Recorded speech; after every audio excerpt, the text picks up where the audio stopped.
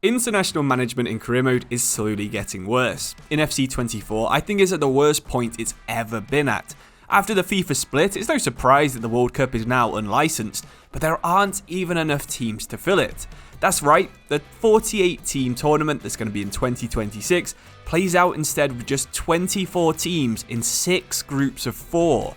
You want to know why? Well, it's because EA has actually reduced the amount of national teams from 51 in FIFA 18 to just 32 in FC24. This means there's no qualifications if you're playing outside of Europe, and it also means there's no chance of a surprise World Cup for an AI-controlled Bolivia. For such a massive part of football, this is a total disgrace. When I went back to play the 2010 World Cup game, one of the coolest things I saw was the ability to play qualifiers with any team from anywhere in the world. While I definitely don't think that EA should add every single nation in the world like we had in that game, there's definitely some teams that deserve to be added. Teams like Gambia already have 35 players in the game, why can't we pick them? Bosnia has 62, Greece has 88, and Chile has 179, but none of these are actually playable nations. Instead, an unlicensed Qatar are playable with just 28 players. It makes absolutely no sense. If we throw back a little bit more recently to FIFA 18, we had 52 national teams, and you can see on this cool graph from Reddit how things have just been getting worse. Honestly, if you're interested in just playing international football, then that might actually be worth going back to.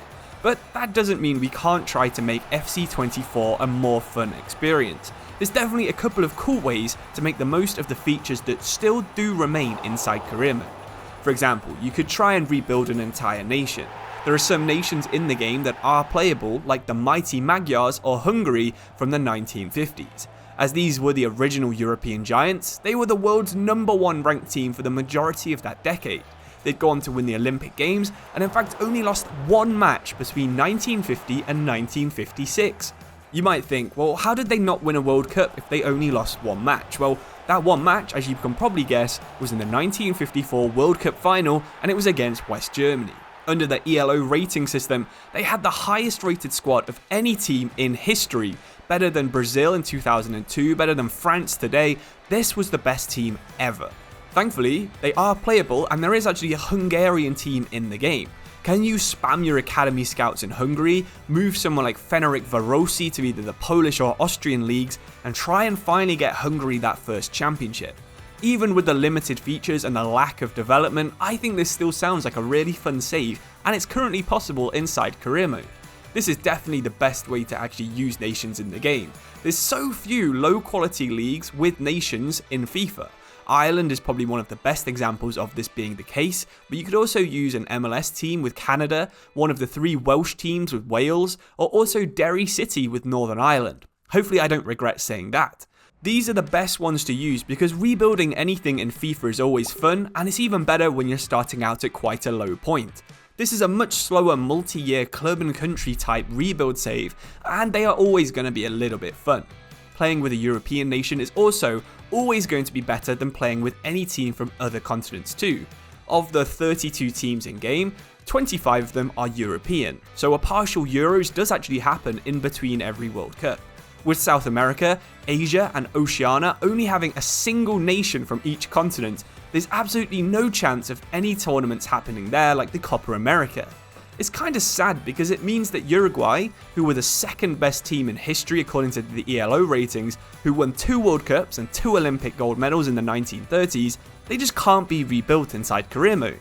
Neither can Brazil, who are about to break their longest streak without playing in a World Cup final. You can't fix this, you can't bring through the next Neymar and Pele. Brazil is by far the biggest miss when it comes to international management on FC24. Of course though, if you want to rebuild a nation, even despite all the flaws, it does rely on you getting an offer from the nation you actually want to manage. You might not know this, but the offers you actually get are directly related to the ability of your regular club squad. If your regular team is about 3 stars, you'll only get offers from teams like Finland, Iceland and Canada. If you're managing one of the best teams in the world that's a 5-star rated team, you'll get offers from Spain, England and France. In many ways, this is actually kind of a good feature. It stops the Notts County manager being offered the England job, but it does also kill the idea of rebuilding teams like Poland. Because the national team is quite good, mainly because of Lewandowski's overall rating, you'll have to bring your team all the way up to 4 stars in the Ekstraklasa, which is a full 1 star better than the best team Lech Poznan is, and that's just to manage the national team. To make things even worse, if you manage to get the job you want in Season 1 but there's no World Cup happening, you'll have to keep it for 3 years while playing fairly boring friendly matches just to play in this one tournament. In my opinion, it's more fun just to wait until just before the World Cup and keep reloading your save until you get the offer you want, even if it isn't the most realistic or fun way to actually play the game. No matter the idea or the team you go for, it's always going to be the same strategy of picking up young players and of course pumping the best possible scouts into that nation to get high potential youth. It's kind of ironic because this is the way that most people play career mode anyway, and EA has basically killed any kind of desire for people to do international management. For such a big part of career mode, as we said at the start of this video, it really is underdeveloped. International management should be more fun, should be more interactions, there should be more pressure, and hopefully, in the future, all of this will be true because EA will finally decide to fix career mode and fix international management. Let me know who your favourite nation is to manage in the comments below. And if you don't agree with something I've said in today's video, please let me know in the comments as well. But thank you for watching. Hopefully you enjoy some of my more regular videos where I'm not just hating on EA.